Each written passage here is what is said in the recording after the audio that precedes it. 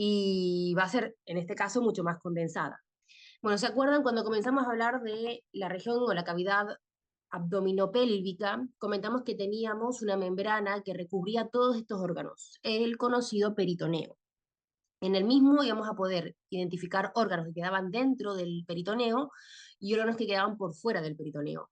Los órganos dentro del peritoneo, conocidos como intraperitoneales, los nombramos como principalmente al estómago, ciertas porciones del intestino delgado e intestino grueso. También nombramos a cierta parte del páncreas. Entonces, algunos órganos quedaban por dentro, o mejor dicho, algunas partes de estos órganos, no por completo el órgano, quedaba por dentro y alguno quedaba por fuera.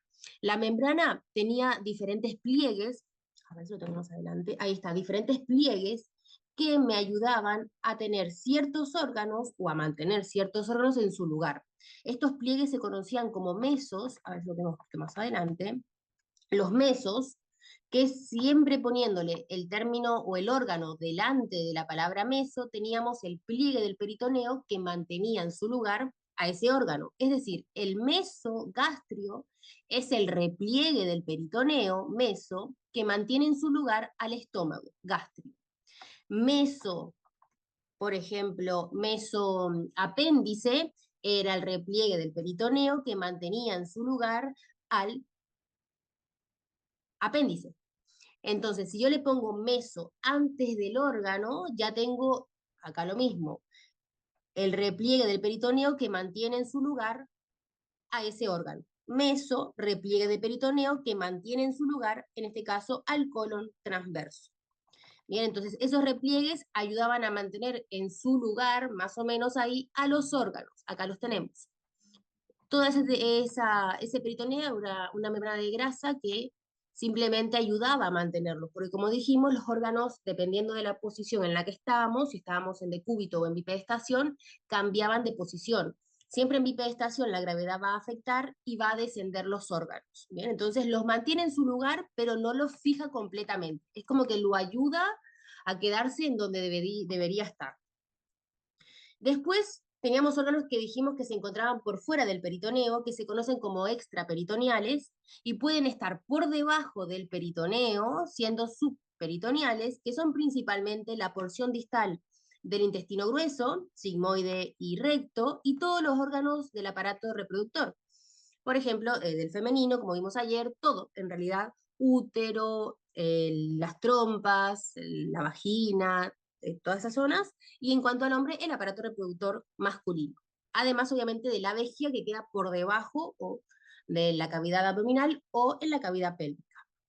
Y los órganos que se encontraban por detrás, los nombramos ayer en vascular, son los retroperitoneales, que simplemente eran las estructuras vasculares aorta y venas, vena cava inferior y la vena porta, y las estructuras renales, los riñones, ¿tá? Con sus, obviamente, uréteres, sus glándulas, etc. Esto ya se los comenté. La única característica diferente, en este caso del mesogastrio, era que también se podía conocer como epiplones y simplemente se relacionaba con epiplón menor, que estaba adosado a la curvatura menor, y epiplón mayor, que estaba adosado, ese repliegue del peritoneo, a la curvatura mayor. Perfecto. Hasta acá, seguimos. Detrás de estos epiplones, por eso se conoce como epiplones y no tanto como mesogastrios, detrás de este epiplón menor y de este epiplón mayor, tenemos ciertas estructuras como el vaso, el páncreas y todo lo del retroperitoneo. Esta posición detrás del estómago, detrás de los epiplones, dijimos que tenía el término de transcavidad de los epiplones. Es una pequeña cavidad que me queda por detrás de estos pliegues. Y ahí tenemos a las estructuras que encontramos ahí detrás, o mejor dicho, dentro de esta cavidad. Bien. Otra zona que se encontraba dentro de lo que eran, o los espacios, mejor dicho, de este peritoneo, era el fondo de saco, que habíamos comentado que en las femeninas se conocía como el saco de Douglas, que era el espacio ubicado, obviamente, entre el útero y el recto. Por eso era únicamente en las mujeres donde se encontraba, porque las mujeres son las únicas que presentan, pues, el útero. Bien, eso también tenemos que conocerlo y tenemos que saber que cuando existe algún líquido suelto dentro de la cavidad abdominal, se aloja siempre, en el caso de las femeninas, en el fondo de saco de Douglas. Y en el caso del masculino es el fondo de saco, a secas, porque se va a ubicar entre la vejiga, ahí, y el recto. Vejiga y recto. Bien, y como les digo también, en el caso del masculino, si hay líquido suelto dentro de la cavidad abdominal, se deposita en la parte más inferior o en el fondo de saco. Patologías de este peritoneo nombramos al signo de la gaviota porque asemeja o parece ser en ese diafragma que se puede diferenciar acá el signo MAI de la gaviota. Y esto es simplemente que con una radiografía de tórax, porque esto es una radiografía de tórax en PA y en bipedestación para que actúe la gravedad, en ese tipo de radiografías se puede llegar a identificar y a diagnosticar un neumoperitoneo, que es aire, neumo, en este caso en la membrana peritoneal. Y ahí lo tenemos. Aire que separa, en este caso, el diafragma del hígado y el diafragma del estómago y de la burbuja gástrica que se ve ahí y del vaso, que eran los órganos que estaban por debajo de cada uno de los diafragmas. Bien, importantísimo el neumoperitoneo, identificable con una radiografía de frente de tórax, en bipedestación y en lo posible en PA. Entonces, habíamos comentado que cuando nos pedían una radiografía de abdomen, teníamos que realizar los enfoques que vendrían a ser el par radiológico de frentes, uno en decúbito supino y otro en bipedestación.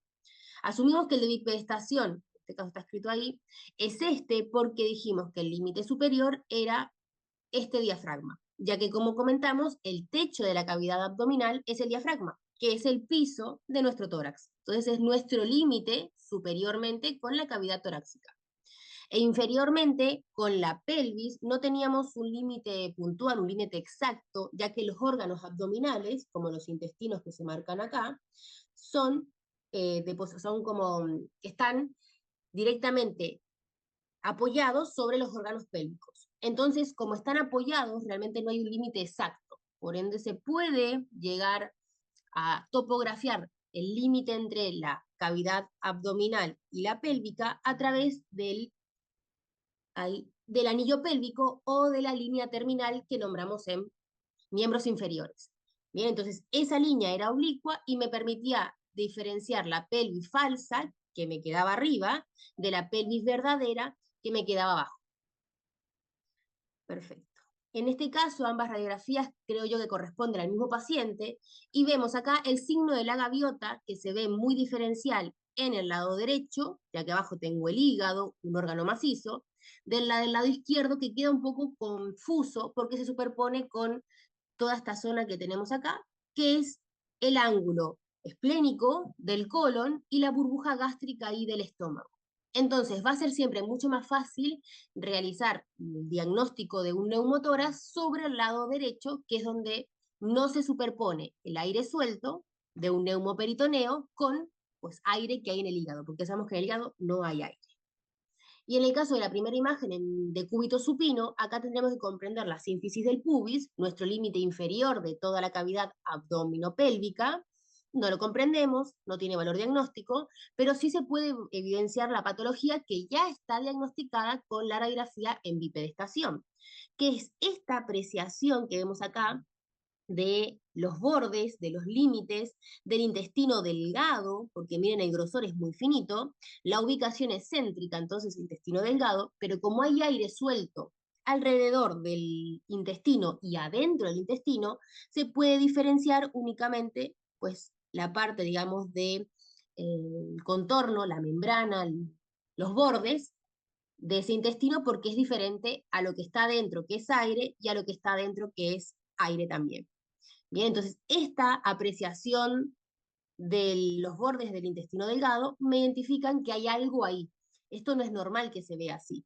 Yo no debería visualizar los contornos del intestino delgado. Entonces lo que me está diciendo es que hay una densidad alrededor que me permite diferenciarlo. Cuando hacemos la radiografía en bipedestación, confirmamos el aire suelto o el neumoperitoneo. Bien, ahí está. Siempre que hagamos alguna paciente que no pueda colocarse en bipedestación, recuerden siempre que intentamos hacer un por lo que le acabo de decir, ¿no? Un perfil apoyando el lado izquierdo para que el estómago, la burbuja gástrica, el aire del colon ahí descendente o el ángulo esplénico me quede abajo y el aire que esté suelto por gravedad quede en el borde que está en contacto con el hígado.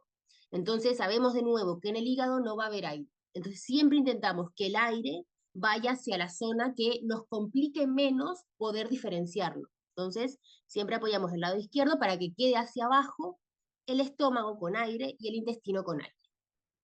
Y ahí visualizamos que esta radiografía está hecha en decúbito porque yo acá veo desplegadas las costillas, de un lado, del otro, veo la columna en el centro, entonces yo sé que esto es un frente, pero al visualizar el líquido formando un nivel hidroaéreo, yo sé que el aire ascendió hacia arriba y el líquido hacia abajo, y esta radiografía no podría haberse hecho en bipedestación, sino el nivel sería así.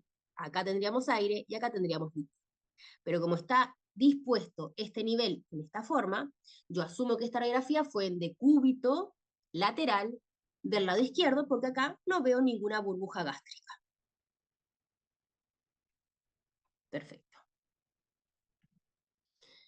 En este caso, un poco más de lo mismo, es esto que le acabo de decir, esto así no puede estar. Esta imagen me está diciendo que no se puede poner el líquido de esta forma, no puede haber una línea divisoria a un nivel de forma horizontal. Este paciente sí o sí estaba en decúbito lateral, como estaba el anterior, y acá visualizamos nuevamente el hígado de este lado por toda la silueta que dibuja ahí, y aparte está, a ver qué saco esto, ahí, y aparte está acá el corazón, ahí vemos hacia el lado izquierdo. Bien, lo mismo. Entonces, este paciente también estaba de cúbito lateral apoyando el lado izquierdo. Por eso el líquido fue hacia el lado izquierdo y el aire fue hacia el lado derecho.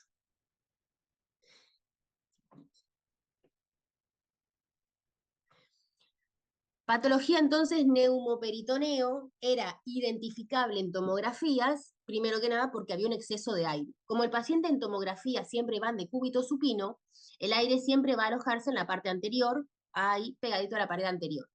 La diferencia entre un neumoperitoneo y, por ejemplo, una obstrucción intestinal es el aire dentro de lo que vendría a ser el intestino o fuera del intestino en nuestro peritoneo. Cuando teníamos aire en nuestro peritoneo, este iba a empujar todos los órganos, ahí vemos las pelotitas del intestino, iba a empujarlo y iba a generar una zona totalmente radiolúcida. Cuando hubiese aire dentro del intestino, acá adentro, el aire iba a estar condensado dentro de las asas intestinales y obviamente las iba a ampliar, haciendo que éstas se pudiesen delimitar, bueno, con sus austras. Entonces, la diferencia entre un neumoperitoneo y una obstrucción intestinal va a ser el aire fuera de las asas o dentro de las asas. Y obviamente, más que nada va a ser que una va a tener las paredes divisorias, ahí las vemos, que son las austras intestinales. Ahí. Bien. Dos patologías que lo que hacen es identificar aire, una por fuera de las asas y otra por dentro del intestino. Como les comenté, siempre se hace en decúbito supino la tomografía, no hay otra posición para colocarlo. Entonces, la ventana de pulmón que únicamente utilizamos para ver pulmón, también se puede utilizar para ver aire. Es una ventana también me permite estudiar patologías relacionadas con el aire. El neumoperitoneo es una patología de aire, por ende, a ver, está no. Por ende, también puedo utilizar una ventana de aire para estudiar la patología de aire.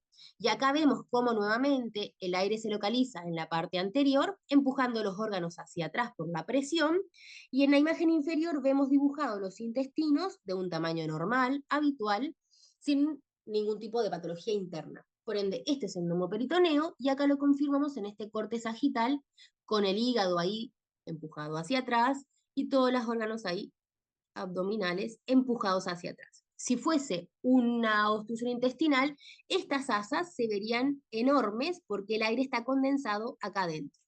Y veríamos ausencia de aire, por ejemplo, anterior al hígado. Porque si la patología es dentro del intestino, delante del hígado no tendríamos que tener nada de aire. Perfecto.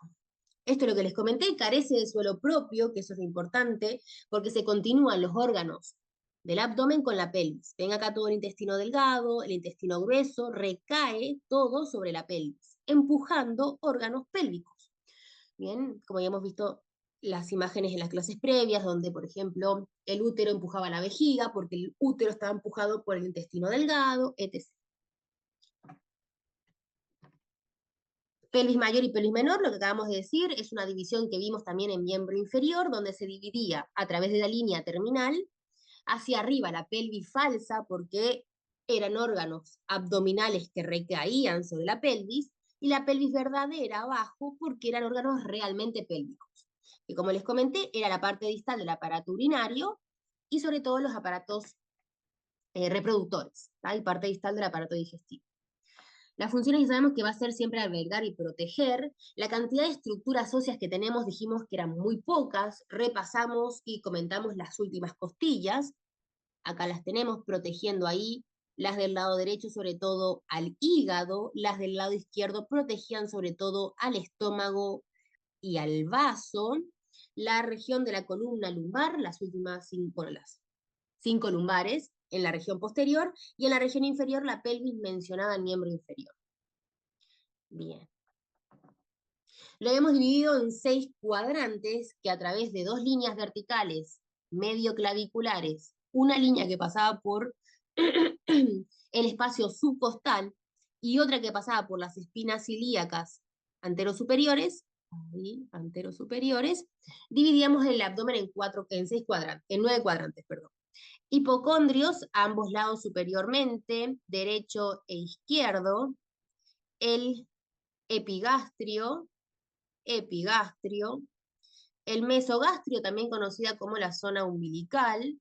A los lados teníamos los flancos, izquierdo y derecho, y abajo teníamos las fosas ilíacas, derecha e izquierda, y en el medio el hipogastrio.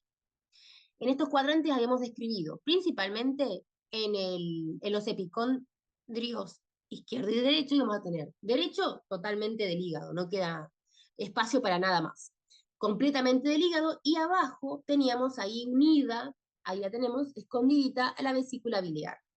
El epigastrio pertenecía también gran parte a este hígado, porque se expandía un montón, y también en cierta porción a lo que era el estómago y el duodeno con esa forma de C mirando hacia abajo. El hipocondrio del lado izquierdo, estómago y vaso, bien, y en la zona de los flancos, mesogastrio, vamos a tener medio ubicado ahí a los riñones, a las siluetas renales, teníamos todo el mesogastrio e intestino delgado, los flancos, izquierdo y derecho, correspondían a los colon ascendente y el colon descendente. Y después, la zona de la pelvis, y vamos a tener en el hipo, en el medio, todos los órganos distales del aparato urinario, del aparato digestivo y sobre todo aparato reproductor, masculino y femenino. Y hacia los costados, en la zona de la fosa ilíaca, la fosa ilíaca derecha, y vamos a tener al ciego, al apéndice, a la porción distal del ilion, y en la fosa ilíaca del lado izquierdo, el sigmoides, y lo que vendría a ser porción, como ya hemos dicho, quizás más del yeyuno. Muy bien. Entonces, reconocer los cuadrantes y los órganos que están en cada uno de ellos es importante para la clínica. Cuando el paciente viene específicamente por un dolor en la fosa ilíaca del lado derecho, es sí o sí una apendicitis. Si el paciente viene con un dolor en, por ejemplo, el mesogastrio, puede ser, como es intestino delgado, una obstrucción intestinal. Si es más hacia lo que es quizás por acá arriba, vamos a decir, el epigastrio lateralmente y hacia atrás se relaciona más quizás con el riñón. Entonces, si el dolor es hacia atrás, renal, porque los riñones son retroperitoneales. Si es hacia más hacia adelante, puede ser colon transverso, puede ser también estómago. La presión abdominal dentro de la cavidad, ya sabemos que es importante la respiración, no solo cuando hacemos abdomen, sino también cuando hacemos columna vertebral. Con la expiración, cuando yo expulso el aire, esta imagen, lo que va a pasar es que el diafragma va a ascender hacia arriba y va a ampliar el rango, digamos, o el diámetro de esa cavidad abdominal. Entonces, en la expiración, yo lo que hago es expandir el abdomen, apretando justamente los músculos, expandir el abdomen, y quizás si yo hago una radiografía de abdomen en bipedestación de frente y coloco el chasis en la sifoides donde debería estar el límite superior de nuestro diafragma, y le pido al paciente que expire, el diafragma va a ascender hacia arriba y mi límite superior va a quedar cortado, no voy a ver diafragma y no voy a comprender la región. Entonces, es importante en, por ejemplo, abdómenes en bipedestación, decirle al paciente como en tórax que respire hondo y que aguante el aire para descender el diafragma. Y así sí o sí abarcar mi región cuando haga mi radiografía de frente en bipedestación. En el cúbito supino va a cambiar porque me interesa más que el espesor sea menor. Por ende, en decúbito supino, yo al paciente le pido que saque todo el aire, que expire. Y ahí lo que hago es disminuir espesor, mejorando la calidad diagnóstica. Bien, entonces depende de la posición de abdomen que ustedes vayan a realizar, va a ser una u otra respiración. Y después, para todo lo que es columna, lumbar, lo mejor siempre es expiración porque se hacen en decúbito y disminuimos el espesor. Cambios bueno, nada, la presión intraabdominal, acá, a ver si tiene esto, sí. Empezamos a hablar de la musculatura, son pocos músculos, creo que eran 6 nada más, y hemos comentado que la presión intraabdominal, por ejemplo, ir al baño, hacer del 2, esta presión que generamos dentro del abdomen podía generar una patología en los músculos. Lo saben, son 2 oblicuos, uno por afuera, otro por dentro, hermosos acá, oblicuos. Estos son los internos tienen las fibras en diferente disposición, transversos como formando en la profundidad ahí una faja, y este que vemos acá con cuadraditos es el recto del abdomen, que forman los ravioles. La división que tenemos acá, que termina en el ombligo y se continúa hacia abajo, es la línea alba, una zona, digamos, de tendones, nada más, y que es bastante débil para esto, para esta presión intraabdominal. A los laterales, las líneas semilunares, tiki, y dijimos que cuando hacíamos mucha compresión, cuando apretábamos mucho el abdomen, esta línea alba que teníamos acá podía llegar a separar los músculos y generar una debilitación en la línea alba, haciendo que los órganos intraabdominales pudiesen salir hacia afuera. Ya se los comenté, déjenme que busque. Bueno, no lo tengo. Generando las conocidas como hernias, bueno, abdominales. Las hernias pueden darse en cualquier musculatura del cuerpo. Acá se pueden dar en la línea alba, se pueden dar en las líneas semilunares, se pueden dar en la ingle, se pueden dar en cualquier parte en donde haya una presión interna mayor a la que ese músculo soporte. Hernias abdominales, la hemos visto en clase. Ya se los comenté, bipedestación, decúbito supino. En bipedestación es inspire hondo, inspiración para que ese diafragma descienda y yo sí o sí abarcarlo en mi radiografía evitando cortarla.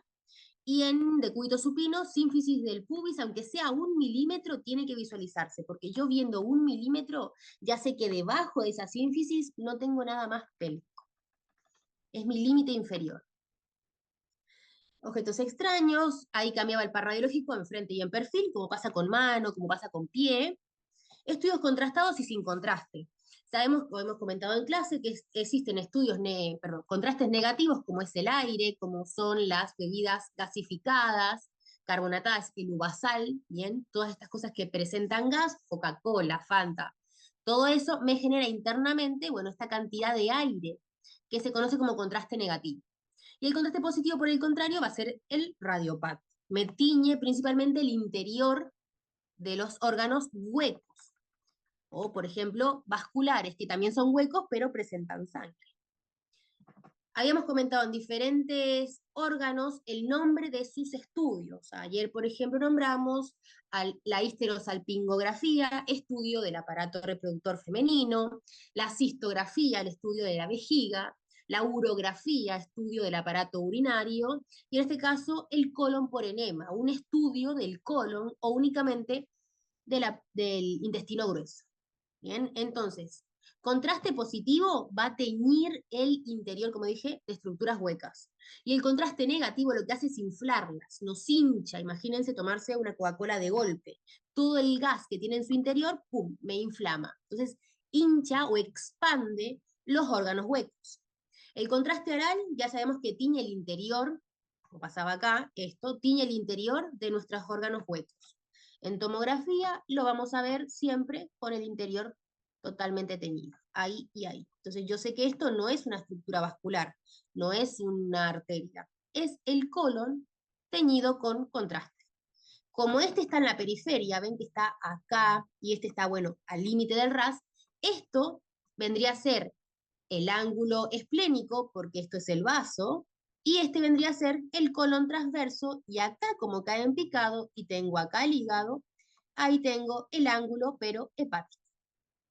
El estudio en este caso entonces solo presenta contraste oral, porque yo veo estructuras vasculares y riñones sin ningún tipo de contraste o sí, de aumento de su densidad. Entonces, es un estudio específicamente con contraste oral. ¿Qué se hace? Se tiñe el interior y se estudia el interior. No se va a estudiar las paredes, no se va a estudiar el exterior, solamente el interior. Perfecto. Los tiempos, ya lo hemos hablado, tienen que conocerlo, sobre todo el ver un estudio sin contraste, identificar que está totalmente gris, el arterial, entonces se tienen las arterias y la corteza de las estructuras renales, el portal, que ya vimos por qué se llamaba portal ayer, ¿bien? Porque tenía la vena porta, que también se conoce como venosa, y el excretor, que tiñe únicamente el aparato urinario. Bien, recuerden que las dos comas son segundos y la coma, una única coma, es minutos. Entonces, para tener un tiempo arterial o portal, tengo que esperar segundos, y para tener un tiempo eliminatorio, más de 5 minutos. Entonces, un poco más de lo mismo. Tengo las estructuras vasculares, acá baja una que está más hacia la derecha, ahí está el hígado, otra que baja hacia la izquierda y que se ramifica antes que la que está hacia la derecha, y tengo estructuras ahí con formas como de tubuladura, de estos tubos de UTE, los de luz, los naranjas, como medios así como algodonados, tiki tiki. Ahí, admitir.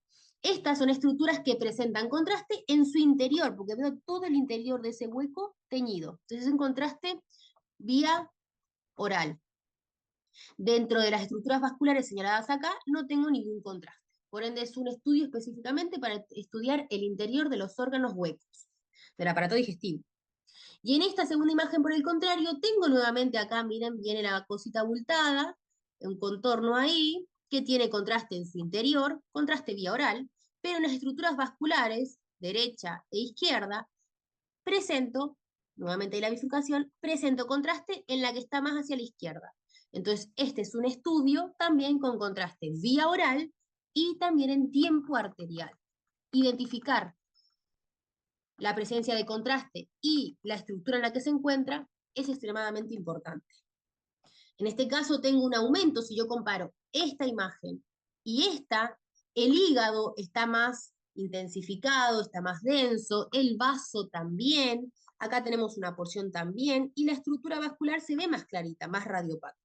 Lo que me identifica es que el contraste pasó por todos los órganos, por todos los órganos a través de las arterias, y retornó a la vena después de haber pasado por todos los órganos. Entonces es un tiempo más venoso.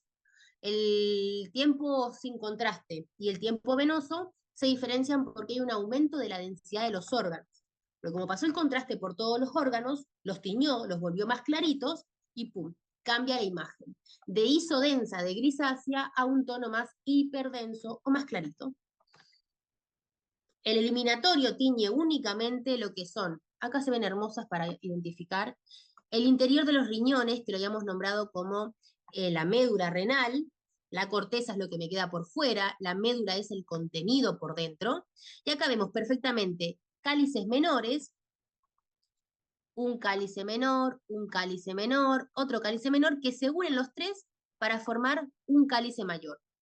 Lo mismo con esto, dos cálices, ahí se ve 1, 2 y 3 cálices, se unen para formar un cálice mayor.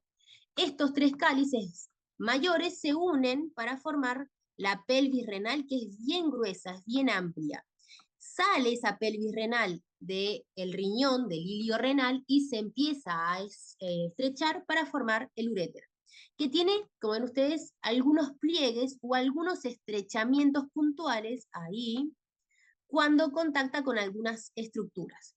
Los estrechamientos de los uréteres también tenemos que saberlos, eran simplemente 3, uno a la salida, otro a la llegada y otro en la mitad, ahí a nivel de la articulación lumbosacra, donde contactaba con las arterias ilíacas comunes.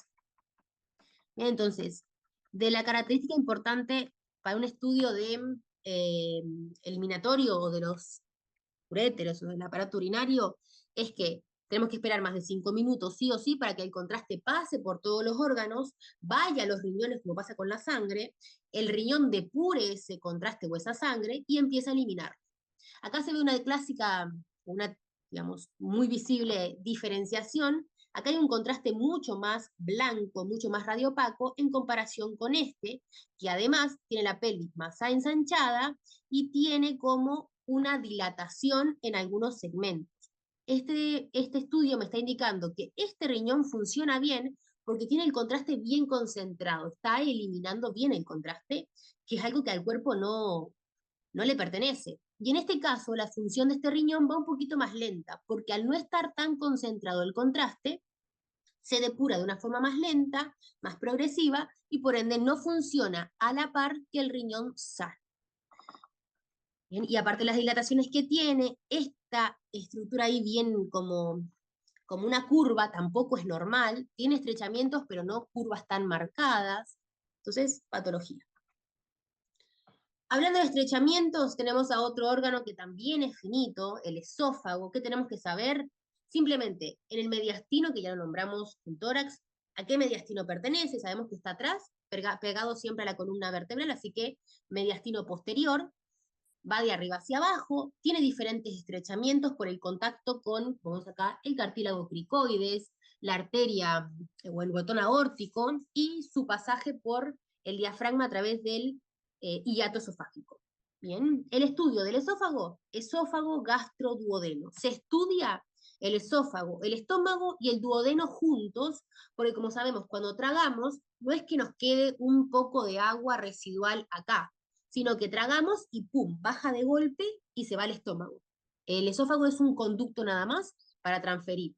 Entonces, el estudio se hace de los tres de las 3 porciones del aparato digestivo de una, porque es casi imposible hacerlo por separado.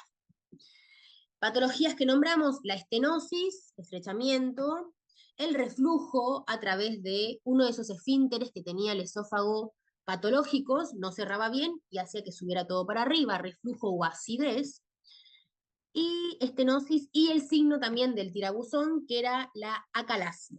Patologías para que el peristaltismo, el movimiento, no se produjera de la forma correcta y generase el signo del tirabuzón. Estómago, ¿qué tenemos que saber? Sus partes, para identificarlas sobre todo a nivel radiográfico. Primera porción, lo que conocimos como el cardias. Después tenemos la porción superior donde se forma la burbuja gástrica o cámara gástrica.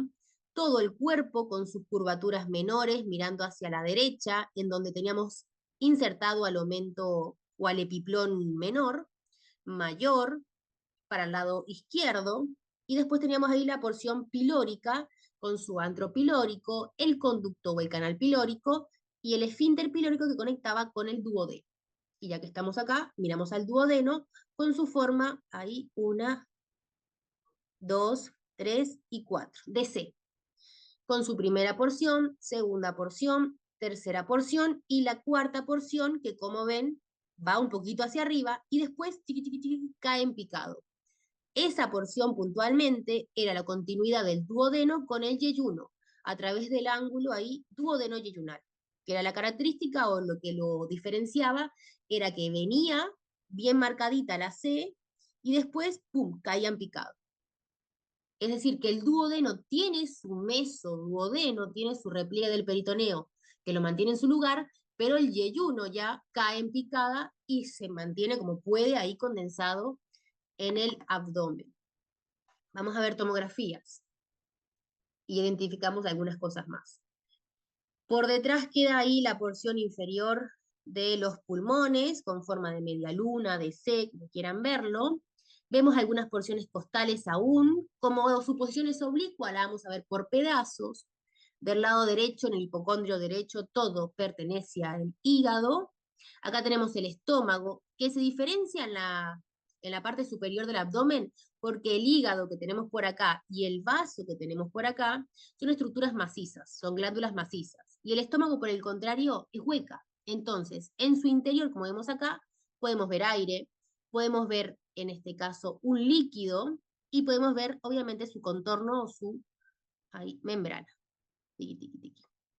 Al visualizar esta diferenciación en el estómago, de aire arriba por la posición del paciente, líquido abajo, y la membrana bien identificable, un poco más radiopaca, me dice que hay contraste, porque si no hubiese contraste yo no vería diferenciación entre la parte de afuera y la parte de adentro. Solo vería, obviamente, con el aire por diferencia de densidades. Entonces acá hay contraste. Además el vaso está intensificado, tiene mayor cantidad de realce y el hígado tiene pequeños puntitos que me dicen que hay algo blanco, hay algo con contraste. Me voy a esta porción de la parte vascular y veo la arteria aórtica ahí bien calcificada que correspondería a un estudio contrastado arterial. Como yo acá veo la estructura vascular, que es la vena cava inferior, la porta ya desapareció, ya se unió a la cava, la vena cava inferior intensificada me puede indicar que estoy frente a un estudio venoso o portal, pero en realidad en muchas ocasiones pasa que existe el retorno sanguíneo, y es cuando la sangre llega al corazón, viene por acá, por el ventrículo izquierdo, baja por la aorta, se tiñe la aorta, pero hay una especie de patología en las válvulas y la sangre o el contraste retorna hacia atrás y sale, mejor dicho, baja de forma retrógrada por la vena cava inferior, tiñendo también la vena cava inferior. Entonces, ¿cómo sé si estoy en un tiempo portal, en un tiempo dual o en alguna cosa de esa?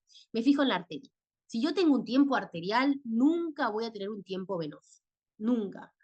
Porque como les digo, si existe tiempos arteriales y veo contraste en la vena, es porque hay un reflujo sanguíneo, una patología en el corazón que, como habíamos visto, no separa bien la sangre venosa de la arterial y las mezcla. O simplemente hay un reflujo en donde la sangre retorna hacia la cavidad anterior y se produce, pues es una mezcla de sangre. En la imagen inferior tenemos estómago nuevamente con sus estrías características y una diferenciación de 3 densidades. Aire, algo más blanco y algo más oscuro. Y esto es nuevamente lo mismo. Líquido, contraste y aire. Nuevamente vemos contraste ahí en la arteria. Miren qué hermoso se ven ahí la vena ácigos y hemiácigos, bien contrastadas, nuevamente por el retorno venoso, y dentro del hígado vemos esa ramificación, en este caso arterial, de la arteria hepática. Recuerden, rama directa de la aorta. Bueno, mejor dicho, del sistema huetroncocelíaco, que es rama directa de la aorta. La primera rama de la cavidad abdominal. Y acá tenemos un corte coronal, donde vemos el hígado, acá vemos el corazón hacia arriba, vemos el estómago con sus porciones, cardias, fondus, cuerpo con su curvatura mayor y curvatura menor, y porción pilórica. Y esto que vemos acá, tiqui, tiqui, tiqui, tiqui, tiqui, que va de un lado para el otro de forma transversal, es el colon transverso con su forma como de U. Porque recuerden que las únicas partes que tienen fijación van a ser los ángulos hepáticos y esplénicos, y eso que queda en el medio, el colon transverso, queda colgando. Bien. Diferentes posiciones, esto lo vimos en clase, hicimos actividades de cúbito supino, de cúbito prono y en bipedestación, en donde se ubicaba el contraste y el aire en diferentes posiciones. También tenemos que saber. Esto lo vimos en clase, lo paso. Hernias y atales. Habíamos comentado que la hernia era una debilidad en la musculatura. Lo nombramos en la niña alba, en las niñas semilunares. Bueno, en el caso del diafragma, el diafragma también es un músculo. Por ende, también puede sufrir debilitaciones en su musculatura, haciendo que el estómago ascienda hacia la pared o hacia la caja torácica. Esto es el esófago, ahí tenemos el hiato, perdón, el esfínter esofágico inferior, y ahí tenemos el estómago en lo que vendría a ser porción del cardias y un poco de porción de cámara gástrica o burbuja gástrica. Lo que hace que cierta porción del estómago, por culpa de esa debilidad en el hiato esofágico, del esófago, perdón, del diafragma, en el hiato esofágico del diafragma se debilite y el estómago ascienda hacia arriba. Como la porción que asciende es parte de la cámara gástrica, la burbuja gástrica también va a subir hacia arriba, haciéndose visible igual que el neumoperitoneo, haciéndose visible en radiografías de frente, de tórax, en bipedestación o en sedestación, es decir, donde la gravedad actúe, el aire ascienda hacia arriba y como dijimos que el esófago estaba en la parte posterior, cercana a la columna vertebral, queda por detrás, haciéndose negativo lo que vendría a ser el signo de la silueta. Miren como acá tengo una sombra y acá tengo otra, signo negativo, es decir, estructuras de diferentes densidades en diferentes planos, y me dibuja una línea ahí bien marcada o un nivel hidroaéreo a través del corazón. Esto me está indicando que si yo veo una estructura con un nivel hidroaéreo o una burbuja gástrica a través del corazón, sí o sí estoy frente a una hernia hiatal. Hiatal de hiato, ¿tá? El hiato esofágico del diafragma. Dijimos que podían ser leves, como por ejemplo en este caso, donde sube una porción únicamente del estómago hacia arriba, o podían ser graves, en donde todo el estómago sube hacia la parte de arriba. Esto vendría a ser la parte que me queda superiormente, es decir, esta parte. Todo esto es la curvatura mayor, tiqui tiqui, y esta es la curvatura menor. Y esto que se continúa acá totalmente deforme, porque no tiene la forma de C, es el duodeno. Esas son las más complicadas porque obviamente generan mucha patología y mucha incapacidad de alimentarse, ya que el alimento no puede pasar, o sea, imagínense comer, como les digo, un buen pedazo de carne, tenga que pasar por ese hiato esofágico para llegar recién al intestino delgado. Intestino delgado, entonces, válvulas convinentes, característica concentrados en el mesogastrio, bien en el centro, ahí todo plegado, y teníamos ahí las válvulas. El tamaño era mucho menor en comparación con, acá lo tenemos, intestino grueso. Bien, entonces en intestino delgado, válvulas convinentes, vemos el contraste intravenoso teniendo el contorno únicamente, ahí las vemos chiqui, chiqui, chiqui, chiqui, a las válvulas convinentes, como ese cable naranja de la UTE que se pliega, con lo mismo, misma función. Tiene esas válvulas convinentes para plegarse y que los 8 metros que tenemos de intestino delgado entren en nuestra cavidad abdominal. Y miren cómo nuevamente estos intestinos caen sobre la región de la pelvis. Acá lo mismo, pero el contraste no tiñe el contorno. Miren como acá yo puedo ver la parte externa de este intestino delgado y acá totalmente ausente, no puedo evaluarlo. Entonces, contraste intravenoso me permite evaluar la membrana, el contorno, la periferia del intestino, y el contraste vía oral, el interior de ese intestino. Miren nuevamente cómo recae el intestino delgado sobre la parte de la pelvis, sobre el útero, porque está por arriba, y sobre la vejiga que la aprieta. Y acá también, ya que estamos, vemos esa red que se dibuja ahí, tiqui, tiqui, tiqui, de lo que veníamos hablando ayer de la arteria mesentérica, superior e inferior, que se fusionaban y formaban una red. Porque acá también existe contraste intravenoso. Y ya que estamos acá, vean el tamaño que lo diferencia del intestino grueso, que está en la periferia, completamente lleno de aire.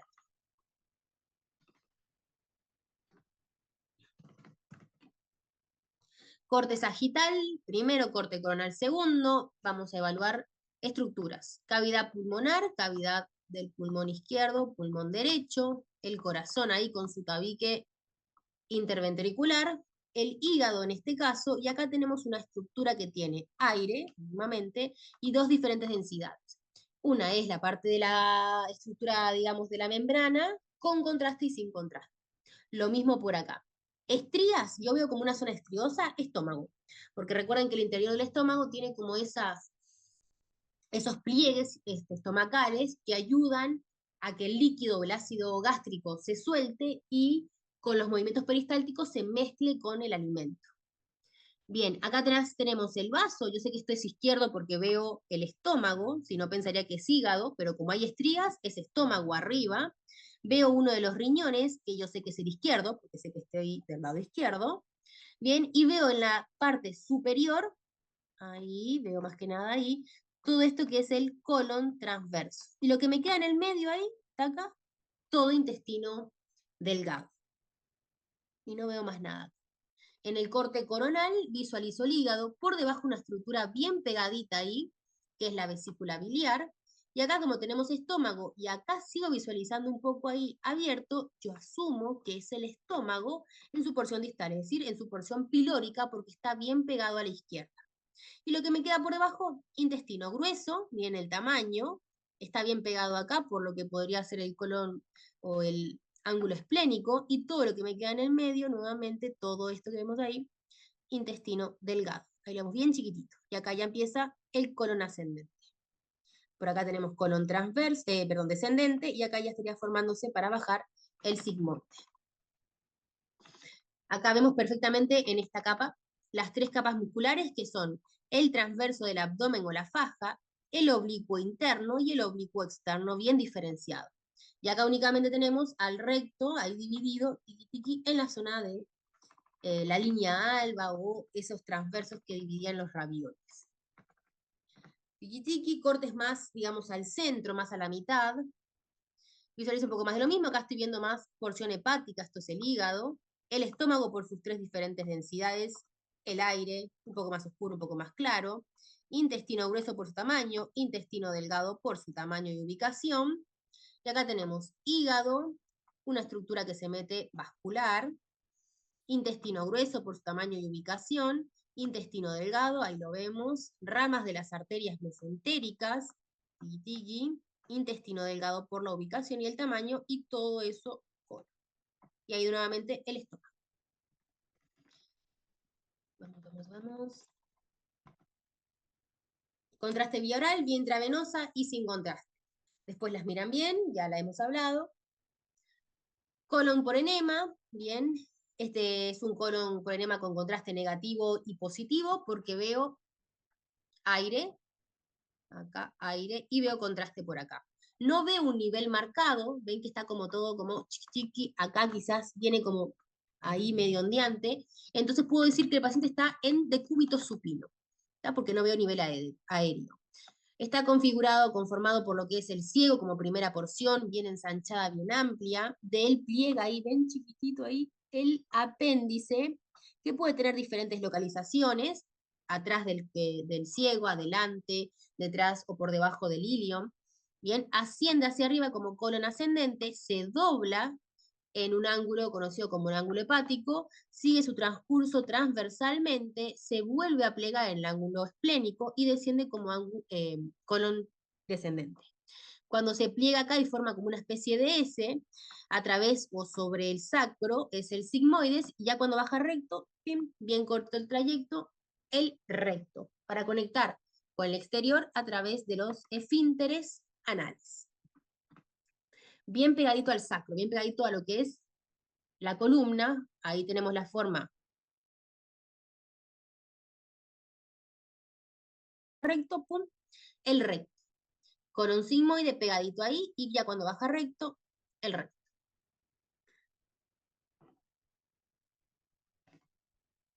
Bueno, vamos a fijarnos en las imágenes inferiores, cortes axiales en ambos casos, vemos las crestas ilíacas bien de frente. Esta cresta ilíaca requiero girar hacia el lado de interés, este sería el izquierdo, este el derecho, necesito girar hacia el lado de interés para yo verla bien de frente a esa cresta. Bien, lo mismo del otro lado, porque las crestas están a 45 grados en nuestro cuerpo.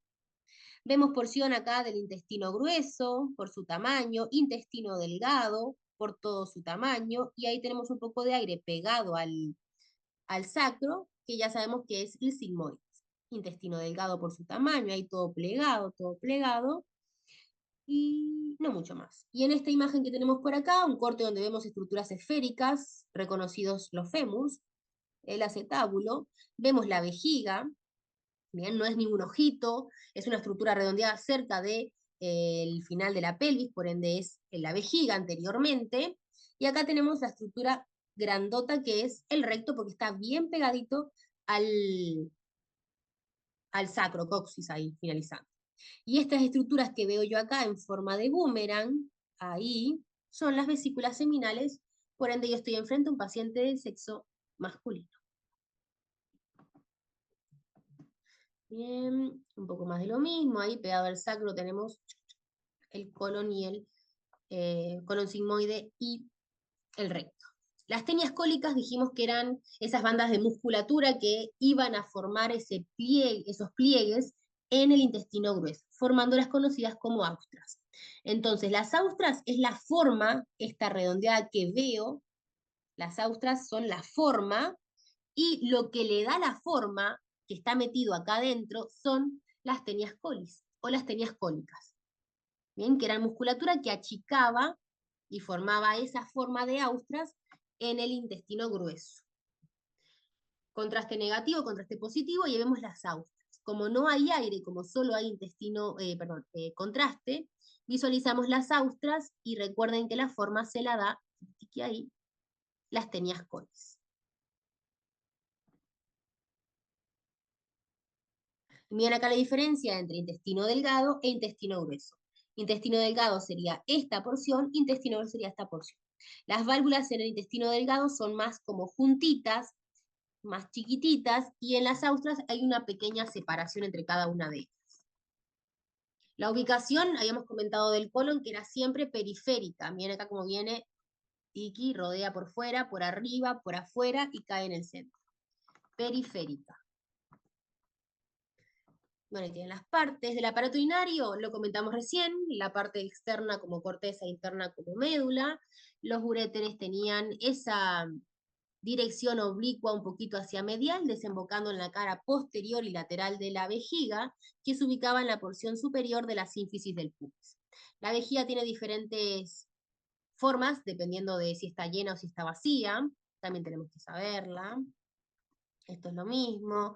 La ubicación retroperitoneal, la altura variaba porque como en el lado derecho teníamos el hígado, el riñón derecho puede estar discretamente más abajo que el izquierdo, que puede estar más arriba.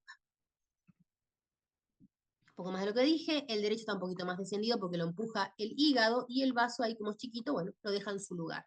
Entonces discretamente está un poquito más descendido. La ubicación hay que saberla también.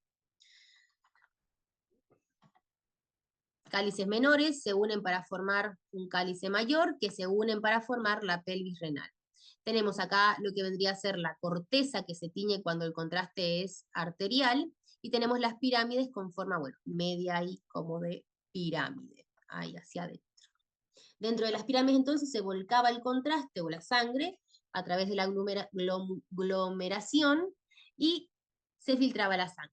Dentro del hilio que mira siempre hacia la parte interna, esto que tenemos acá es el hilio, entra una arteria renal, sale una arteria renal y sale una pelvis renal. Recuerda, ya después cuando sale, sí es uretra. Un poquito más de lo mismo, y se ve entonces la pelvis renal saliendo de ese hilio renal. Y ahí vemos la tinción también del uréter. Su primer estrechamiento, ahí lo vemos, en la salida de ese hilio renal. Cuando la tinción era más en todo lo que es la corteza y la médula, el tiempo de la adquisición era un tiempo más portal o venoso. Los catéteres tenemos que saber, como les comenté, los estrechamientos, por qué tenían esos estrechamientos, o sea, con quién contactaban, y el calibre, que era importante cuando se formaban las piedras renales. Perfecto, la urografía fue lo que comentamos, que era el estudio específico del riñón. Miren como en esta imagen, hablando de patologías, tenemos un riñón con un estrechamiento normal, porque es bien finito ese diámetro, y el riñón del lado derecho tiene la pelvis renal y algunas porciones de ese uréter dilatados. Lo que puede estar simbolizando acá sobre todo era la acumulación de líquido, porque ahí vemos un estrechamiento que puede indicar una obstrucción. Bien, esta era conocida como la hidronefrosis o acumulación de orina, o de contraste en este caso, por obstrucción del uréter. Comentamos que los riñones no se ubicaban de forma paralela, sino que estaban oblicuados, obviamente, dentro de nuestro cuerpo, aproximadamente unos 30 grados. Para visualizar el riñón del lado, por ejemplo, derecho de frente, tenía que alejar el lado de interés y lo visualizaba de frente mientras este se veía de perfil. Y para ver el riñón del lado izquierdo de frente, tenía que alejar el lado de interés, visualizando el riñón del lado izquierdo de frente y el otro de perfil, completamente de perfil, pase ese rayo a través de ese riñón. Bien. Ahí tenemos la radiografía, que obviamente son oblicuas, como las crestas, bien acá. Tenemos esta cresta que es todo esto, desplegada o despejada, y esta se ve acortadita o de perfil. Por ende, este podría ser perfectamente un enfoque de oblicua alar derecha o agujero obturador izquierdo. Por acá no lo vemos, pero va a estar abierto y este va a estar cerradito. Bien, siempre acercando el lado de interés para valorar el ala del lado de interés o el agujero obturador del lado opuesto. Y ahí vemos el riñón del lado alejado. Si acercamos el lado derecho, porque yo veo el ala derecha desplegada, es que el lado izquierdo, o sea, el riñón izquierdo va a estar abierto, acá lo vemos totalmente desplegado, y el riñón del lado derecho, que es el acercado, de perfil. Bien, se ve como acortadito, más chiquitito. Vamos, cálculos renales, diferenciación con los biliares, porque del lado derecho el riñón se superpone con la vesícula. La forma. En el lado del riñón tendríamos una forma coraliforme porque se adapta esa piedra a los cálices, y en el lado de la vesícula tenemos una forma más redondeada, o a veces podíamos visualizar el signo del Mercedes-Benz.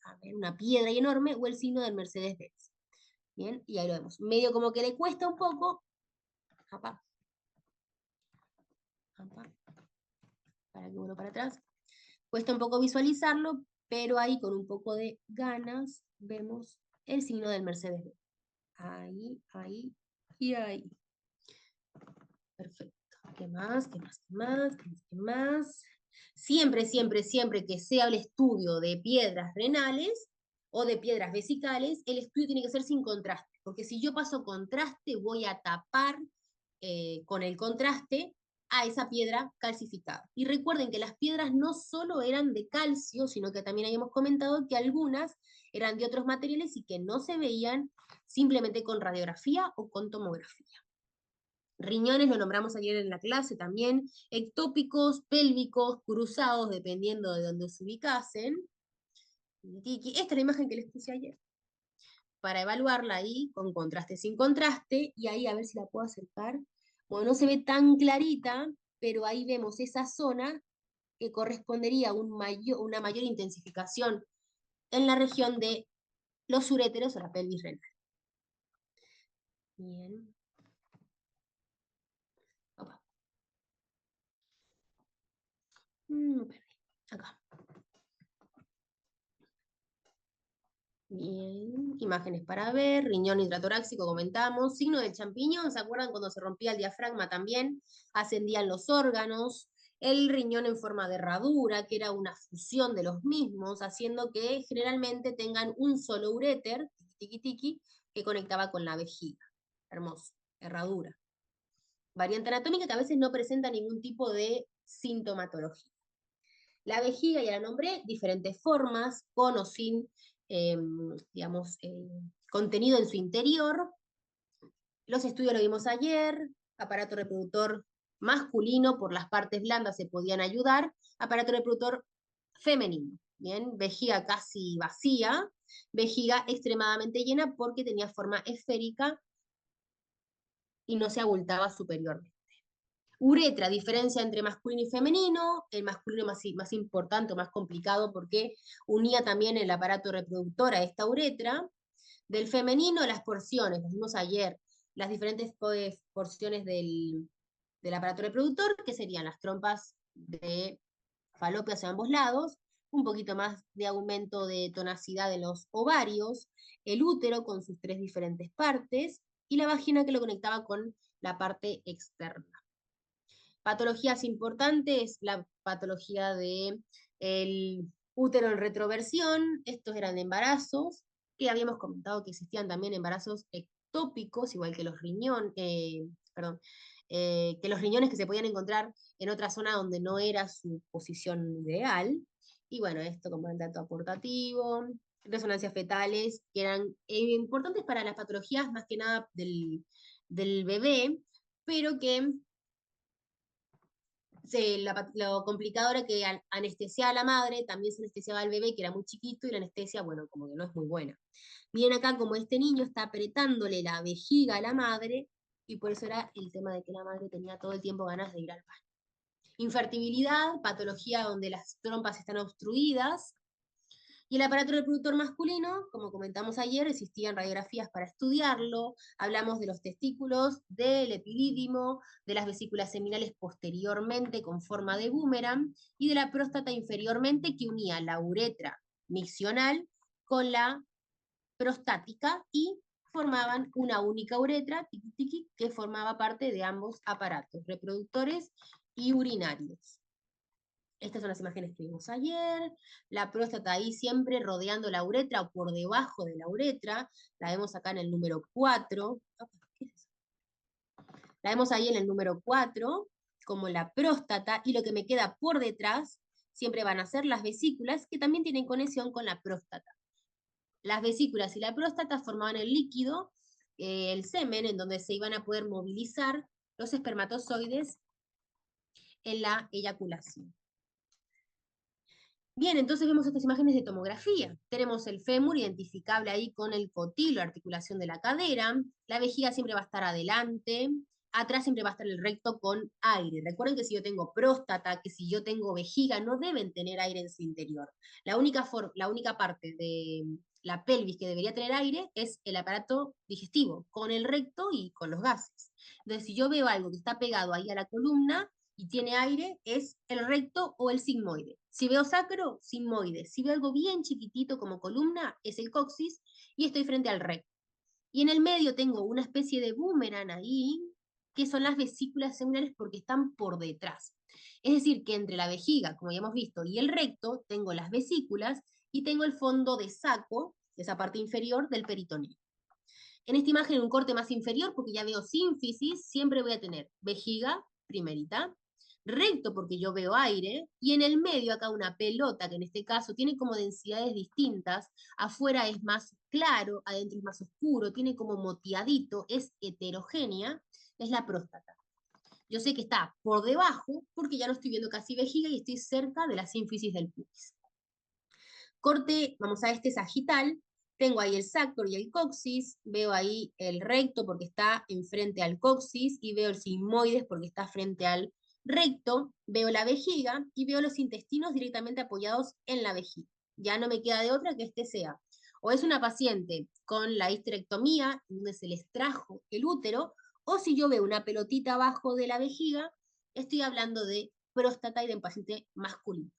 A su vez, esto que yo veo aquí hacia atrás, que está pegadito a la próstata, son las vesículas seminales.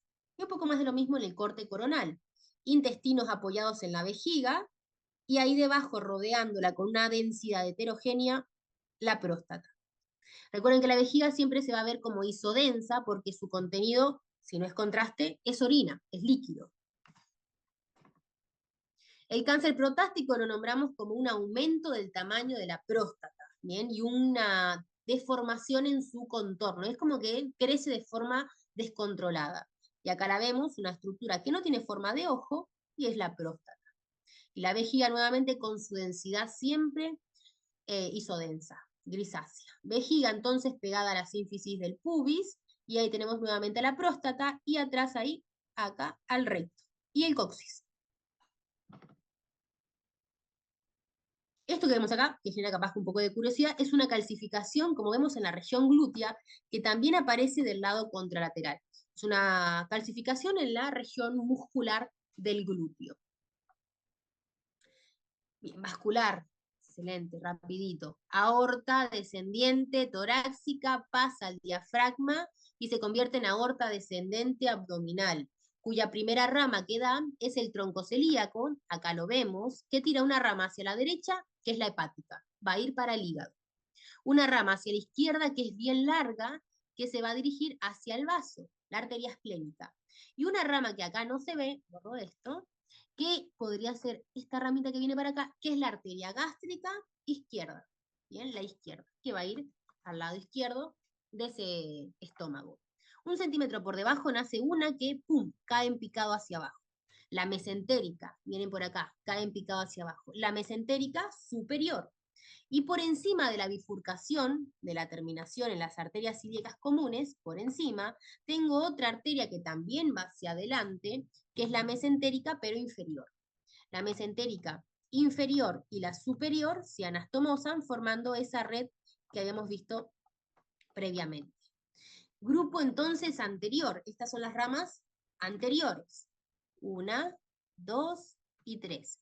Y lateralmente las más importantes van a ser las renales, que acá las vemos bien marcaditas, derecha e izquierda, las suprarrenales que van a estar por encima, y las gonadales que apenas se ven, pero están en cercanía a la mesentérica. Pum.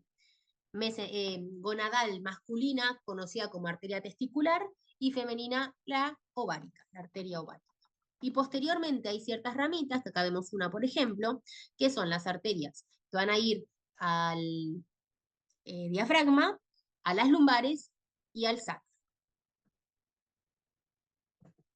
Llega la sangre, a ver, ahí está lo que les acabo de decir.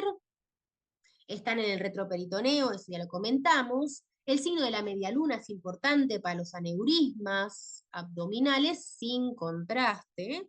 Cuando hacemos el estudio con contraste sí o sí, vemos la luz real por donde pasa la sangre o el contraste y toda esa dilatación de la musculatura que hace que sea más laxa. El retorno sanguíneo va a ser a través de la cava inferior. Ya sabemos que desemboca en la aurícula derecha. La bifurcación o la unión, mejor dicho, es a nivel del E5 y asciende siempre a la derecha, levemente a la derecha. Todas estas venas desembocan directamente en la vena cava inferior, pero las tres que no lo hacen, que son la mesentérica superior, la mesentérica inferior y la esplénica, lo hacen a través de una vena conocida como vena porta. Entonces viene la mesentérica superior y se une la vena esplénica, que previamente fue también unida a ella la mesentérica inferior. Bien, entonces tenemos esplénica, se une la mesentérica inferior, siguen como esplénicas juntitas y uniéndose con la mesentérica superior forman la vena porta. Se introduce dentro del hígado, se divide en dos venas hepáticas derecha e izquierda, ahí se meten, se entrecruzan, se unen con la vena hepática, ahí, y terminan en la vena cava inferior. Este sistema porta es extremadamente importante porque es un sistema que ayuda a que toda la sangre que viene de los intestinos y de la parte del vaso se limpien dentro del hígado, función justamente del hígado. Bien, y ahí lo tenemos, tiqui tiqui, se limpia la sangre dentro del hígado y vuelve nuevamente a caer en la vena cava inferior. Y acá lo tenemos, mesentérica con sus ramitas ahí todas raras. Viene, viene, viene y se une a esta, mesentérica inferior. Se une a la esplénica que viene por acá y esta que viene por acá abajo es la mesentérica superior que juntas forman la vena porta. La vena porta se mete dentro del hígado y se divide en dos. Vena hepática izquierda y vena hepática derecha. Tiqui tiqui se ramifican y se vuelven ahí a unir para ir hacia arriba y hacia atrás y desembocar junto a la vena hepática en la cava inferior. Entonces, siempre que vean una estructura bien calcificada dentro del hígado, o bien contrastada, mejor dicho, con contraste dentro del hígado, es la vena porta, y es de un gran calibre. Miren acá el grosor que presenta, es casi tan grueso como la vena cava inferior, porque lleva mucha sangre. Déjenme que les ponga alguna imagen donde se vea esta vena. Hígado, listo, un hígado.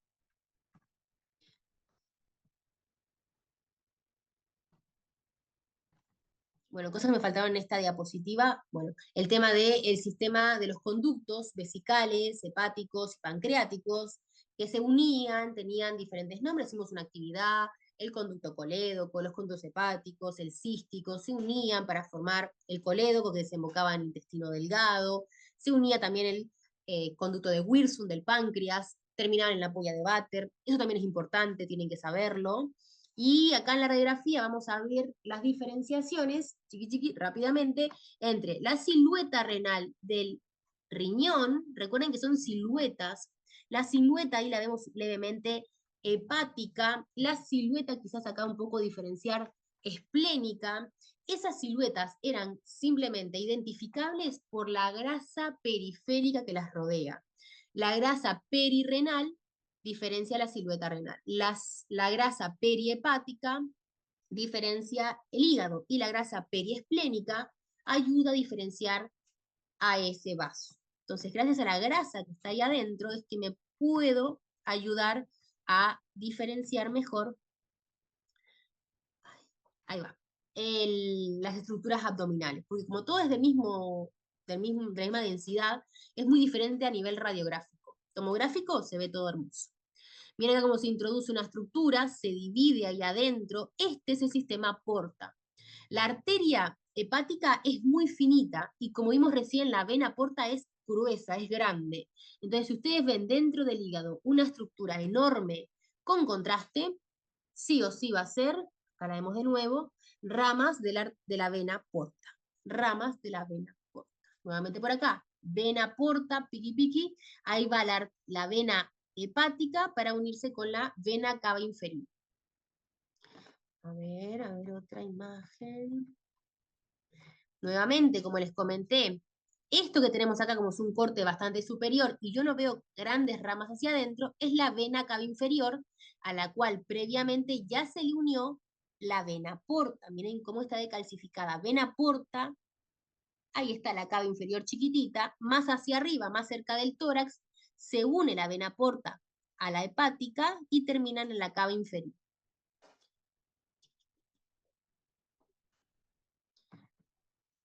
Bueno, a ver, quiero encontrar otra hepática.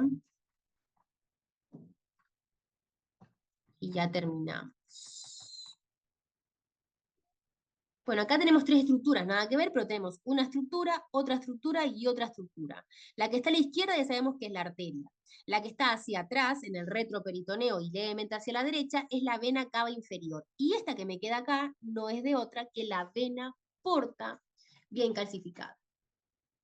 Bien, acá ya que estamos, el páncreas en el mesogastrio con su cola cerca del hipocondrio izquierdo, tocando un poco ahí al vaso, cabeza, cuerpo, cola, bien el mesogastrio y su conexión o su cercanía con la vena porta, la cava inferior y la arteria. Por eso era extremadamente complejo el cáncer pancreático, por la cercanía con estructuras vasculares que hacían que la distribución de células tumorales a veces se expandiese de forma más rápida.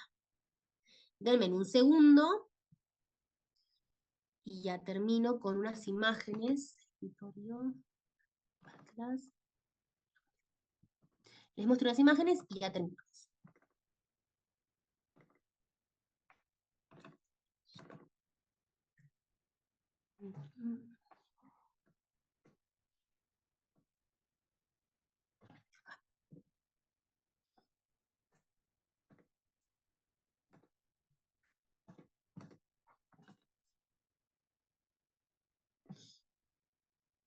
Bueno, esto es una tomografía, cortes superiores porque yo veo tórax y veo corazón, vena cava inferior, vena cava inferior, bien marcadita, y ahí tengo la arteria, la aorta. Esto que veo por delante es el esófago.